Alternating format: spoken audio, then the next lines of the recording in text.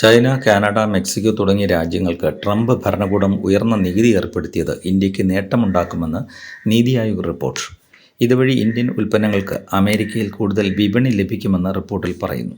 ഇരു രാജ്യങ്ങളും തമ്മിലുള്ള വ്യാപാര ചർച്ചകൾ അടുത്ത ദിവസങ്ങളിൽ നടക്കുമ്പോൾ ഇന്ത്യ യുമായി സേവനാധിഷ്ഠിത വ്യാപാര കരാർ പിന്തുടരണമെന്ന് നീതി ആയോഗ് നിർദ്ദേശിക്കുന്നു. വിവരസാങ്കേതികവിദ്യ, സാമ്പത്തിക സേവനങ്ങൾ, പ്രൊഫഷണൽ സേവനങ്ങൾ, വിദ്യാഭ്യാസം എന്നിവയിൽ പ്രത്യേക ശ്രദ്ധ ചെലുത്തണമെന്ന് നിർദ്ദേശിച്ചതായി PTI റിപ്പോർട്ട് ചെയ്തു. ഡിജിറ്റൽ സേവനങ്ങൾക്കുള്ള ആഗോള ആവശ്യം വർദ്ധിച്ചു വരുന്ന സാഹചര്യത്തിൽ സൈബർ സുരക്ഷ, കൃത്രിമ ബുദ്ധി, ടെലികോം ഡിസൈൻ സേവനങ്ങൾ തുടങ്ങിയ ഉയർന്ന വളർച്ചയുള്ള മേഖലകളിൽ US വിപണിയിലേക്കുള്ള പ്രവേശനത്തിൽ ഇന്ത്യ പ്രതിബദ്ധത തേടണമെന്ന് നീതി ആയോഗ് പറഞ്ഞതായി PTI റിപ്പോർട്ട് ചെയ്തു.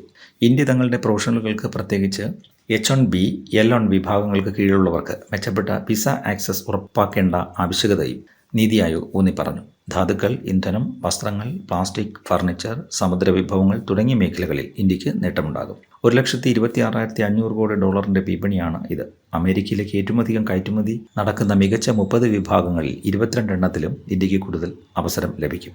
2,28,520 കോടി ഡോളറിന്റെ വിപണിയിൽ ചൈന, കാനഡ, മെക്സിക്കോ എന്നിവയ്ക്കാണ് മേൽക്കൈ. ഈ രാജ്യങ്ങൾക്ക് യഥാക്രമം 30, 35, 25% ഉയർന്ന തീരുവ ഏർപ്പെടുത്തുന്നത് മത്സരശേഷി വർദ്ധിപ്പിക്കും. ഇത് ഇന്ത്യക്ക് ഗുണമാകുമെന്നാണ് റിപ്പോർട്ട്. ഉൽപ്പന്നങ്ങളുടെ എണ്ണത്തിലും അളവിലും US വിപണികളിൽ ഇന്ത്യക്ക് വലിയ അവസരങ്ങൾ ഉണ്ടാകുമെന്ന് നീതി ആയോഗ് തിങ്കളാഴ്ച ട്രേഡ് വാച്ച് ക്വാർട്ടർലിയുടെ 3ാം പതിപ്പിൽ പറഞ്ഞു. അതിർത്തി കടന്നുള്ള സേവന വിതരണത്തിനുള്ള ചട്ടക്കൂട് സൃഷ്ടിച്ചുകൊണ്ട് ഡിജിറ്റൽ വ്യാപാരത്തിനുള്ള ശക്തമായ വ്യവസ്ഥകൾ കരാറിൽ ഉൾപ്പെടുത്തണമെന്നും നിർദ്ദേശമുണ്ട്.